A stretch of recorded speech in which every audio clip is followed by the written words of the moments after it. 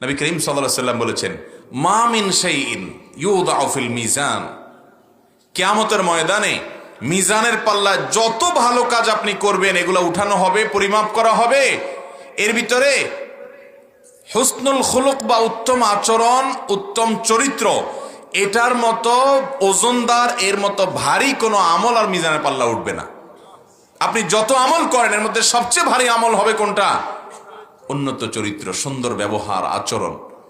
আপনি মিথ্যা বলবেন না, কারোর ক্ষতি করবেন না, আমানতদার থাকবেন, বিনয়ী হবেন, আপনি ধৈর্যশীল হবেন, সহনশীল হবেন। এখন দেখবেন নামাজ কালাম পড়ি, অনেক কিছু করি, কিন্তু হটমেজাজি আছে না নাই? এমন হটমেজাজি যে কোনো কিছু আমাদের সহ্য হয় না। ভাঙচুর, গালিগালাজ, মুখ খারাপ, যাতা করি, আবার দেখা যায় আমি নামাজ কালাম পড়ি, আছে না নাই?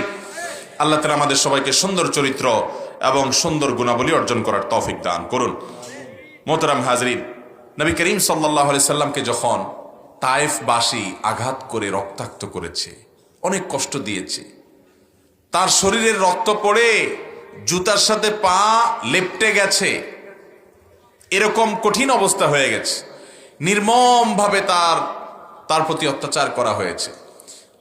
তায়েফের ছোট ছোট বাচ্চাদেরকে, ছোট ছোট পোলাপানকে লেলি দিয়েছে তায়েফবাসী, তায়েফের কাফেররা নবীজির বিরুদ্ধে পাথর মেরে পাগলের সাথে যেরকম হাসি তামাশা করত, তার সাথে সেরকম হাসি তামাশা শুরু করেছে।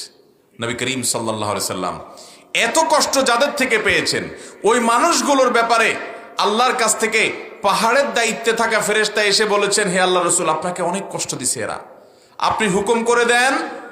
যারা তায়েফে গেছেন তারা জানেন, মক্কা থেকে তায়েফে যাওয়ার সময় দেখবেন পাহাড়ে ঘেরা।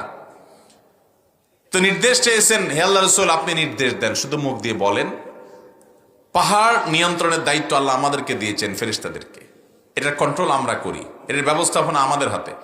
দুই পাশে পাহাড়কে আমরা এভাবে ধসিয়ে দিব এবং এরা মিশে যাবে মাটির সাথে, আপনি শুধু হুকুম করেন।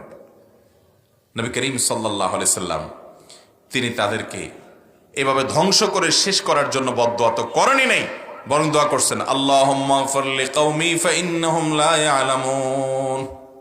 আল্লাহ, আমার জাতিকে আপনি মাফ করে দেন, আমার প্রতি জুলুম করছে, নবীর প্রতি জুলুম করছে, চরম অন্যায় করছে, এই জন্য তাদেরকে শাস্তি দিয়েন না, আপনি মাফ করে দেন। তারা বুঝে নাই, তারা জানে নাই, আপনি তাদেরকে মাফ করে দেন।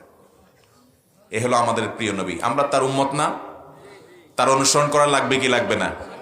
আল্লাহ তাআলা আমাদের সবাইকে তার মতো এরকম সহনশীল এবং ধৈর্যশীল হওয়ার তৌফিক দান করুন। মোহতারাম হাজরিন, এভাবে রাতভর যদি আপনি নবী